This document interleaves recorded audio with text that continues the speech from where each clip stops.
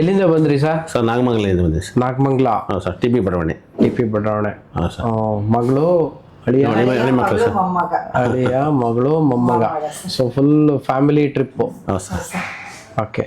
ಇದಕ್ಕೋಸ್ಕರ ಬಂದ್ರೆ ಬೇರೆ ಕೆಲಸ? ಇಲ್ಲ, ಇದಕ್ಕೋಸ್ಕರ ನಿಮ್ಗೋಸ್ಕರ ಬಂದ ನಮ್ಮ ಹತ್ರ. ಮೊಮ್ಮಗ ಮೊಬೈಲ್ ಅಲ್ಲಿ ನೋಡ್ಬಿಟ್ಟು ಅವನು ಅಜ್ಜಿನ ತಾತನ ಕರ್ಕೊಂಡೋಗೋಣ ಕಣಮ್ಮ ಅಂತ ಹೇಳ್ಬಿಟ್ಟು ಫೋನ್ ಮನೆಗೆ ಬಂದು ಹೇಳಿದ್ರು. ಓ ಮೈ ಗಾಡ್. ಈಗ ನಿಮ್ಗೆ ಏನೇನು ಸಮಸ್ಯೆ ಇದ್ದು? ಸೊಂಟ ನೋವು, ಕುತ್ತಿಗೆಯಿಂದ ಕೈ ನೋವು ನೋಯ್ತಿತ್ತು ಸರ್. ಆಮೇಲೆ ಕಾಲು, 2 ಮಂಡಿ ಸಿಕ್ಕಾಪಟ್ಟೆ ನೋವು ಇತ್ತು.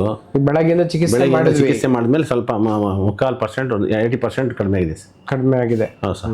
ನೀವು ಮನಸ್ಸಿಗೊಂದು ಹಿತ ಅನ್ಸುತ್ತಾ? ನಿಮ್ಗೆ ಹೆಂಗಿದ್ರಮ್ಮ ಈಗ? ಹೌದಾ? ಇಲ್ಲ, ನೀವು ಗಟ್ಟಿ ಇದ್ರಿ. ಏನ್ ಸ್ವಲ್ಪ ಸಹಾಯ ಮಾಡಿದ್ರೆ ಸಾಕು, ಟಕ್ಕನ ಸರಿಯಾಗಿ ಬಿಡ್ತೀರಾ. ಸರ್ ನಂಗೆ ತುಂಬಾ ವರ್ಷದಿಂದ ಡಿಸ್ಕ್ ಬಲ್ಜ್ ಅಂತಾರಲ್ಲ, ಆತರ ಆಗಿ ಸೈಟಿಕಾ ಪ್ರೊಟ್ರೂಷನ್ ಇದೆ, ಡಿಸ್ಕ್ ಪ್ರೊಟ್ರೂಷನ್ ಇದೆ. ಆತರ ತುಂಬಾ ಪೈನ್ ಇತ್ತು. ಆಲ್ರೆಡಿ ಒಂದ್ಸಲ ಟ್ರೀಟ್ಮೆಂಟ್ ಮಾಡಿಸಿದ್ದೆ, ಅದ್ಯಾಕೋ ಸರಿ ಹೋಗಿರ್ಲಿಲ್ಲ. ಈಗ ಬಂದು ಇಲ್ಲಿ ತಗೊಂಡ್ಮೇಲೆ ಪರವಾಗಿಲ್ಲ. ತುಂಬಾ ಬಾಡಿ ಫ್ರೀ ಆಗಿದೆ. Okay, definitely. ಈಗ ನಾವು ಟ್ರೀಟ್ಮೆಂಟ್ ಮಾಡಿದೀವಿ, ಮುಂದೆ ಎಕ್ಸಸೈಸ್ಗಳು ಕೊಟ್ಟಿದ್ದೀವಿ, ಔಷಧಿಗಳನ್ನು ಕೊಟ್ಟಿದ್ದೀವಿ. ಅದು ತುಂಬ ಚೆನ್ನಾಗಿ ಮಾಡಿ.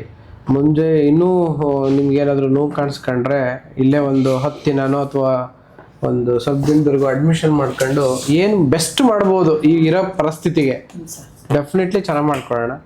ನಿಮ್ಗೇನು ಅಟ್ಲೀಸ್ಟ್ ಒದ್ದಾಡ್ಕಂತ ಜೀವನ ಕಳೆಯೋಕ್ಕಿಂತ ನಗ್ನಗ್ತ ಜೀವನ ಕಳೆಯೋಕೆ ಏನು ಬೇಕೋ ಅದನ್ನ ವ್ಯವಸ್ಥೆ ಮಾಡ್ಕೊಡೋಣ. ಒಟ್ಟಾರೆಯಾಗಿ ನೋವುರಹಿತ, ರೋಗರಹಿತ, ಸುಖಮಯ ಜೀವನಕ್ಕೆ ಆಯುರ್ವೇದ ಅಡಿಪಾಯ ನಿಮ್ಗೆ ಮಾಡಿಕೊಡ್ಲಿ ಅನ್ನೋದು ನನ್ನ ಆಶಯ.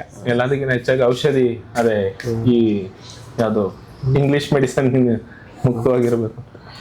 ನ್ಯಾಚುರಲ್ ಆಗಿ ಪ್ರಕೃತಿ ದತ್ತವಾಗಿ ಇರಬೇಕು. ಹೌದು ಸರ್. ಬಟ್ ಸಮಯ ಸಂದರ್ಭ ಬಂದಾಗ ಯೂಸ್ ಮಾಡಬೇಕು. 90% ಸಮಾಜಕ್ಕೆ ಪ್ರಕೃತಿ ಜೊತೆ ಬದುಕಿದ್ರೆ ಯಾವ ಅವಶ್ಯಕತೆನೂ ಬರಲ್ಲ. ಸರ್ ನನ್ಗೆ ಆಪರೇಷನ್ ಮಾಡಿಸ್ಬಿಡು ಅಂತ ಹೇಳಿದ್ರು ಸರ್. ಅದು ಪ್ರೊಟ್ರೂಷನ್ ಇದ್ದಾಗ ಯೂಶಲಿ ಹೇಳ್ತಾರೆ. ಬಟ್ ಈಗ ಆರಾಮಾಗಿದ್ದೀರಾ. ನಮ್ಮ ಹತ್ರನೂ ಸುಮಾರು 1000 ಕೇಸ್ಗಳು ಸರ್ಜರಿಯಿಂದ ಮುಕ್ತ ಮಾಡಿದ್ದೇವೆ. ಆ ಒಂದು ದೇವರು ಕೃಪಾ ಕಟಾಕ್ಷ 1000 ಜನದ ಮೇಲೆ ಆಗಿದ್ದಾರೆ. ಸರ್ಜರಿಯಿಂದ, ಸ್ಪೈನ್ ಸರ್ಜರಿಯಿಂದ ಹೊರಗಿದ್ದಾರೆ, ಆರಾಮಾಗಿದ್ದಾರೆ, ನಾರ್ಮಲ್ ಆಗಿದ್ದಾರೆ. ಸೊ ಅದೆಲ್ಲ ದೇವರ ಕೃಪಾ ಕಟಾಕ್ಷ. ನೀವು ಅದ್ರಾಗ ಒಂದು ಉದಾಹರಣೆ ನೀವೇ ಹೇಳ್ತಿದ್ದೀರಿ.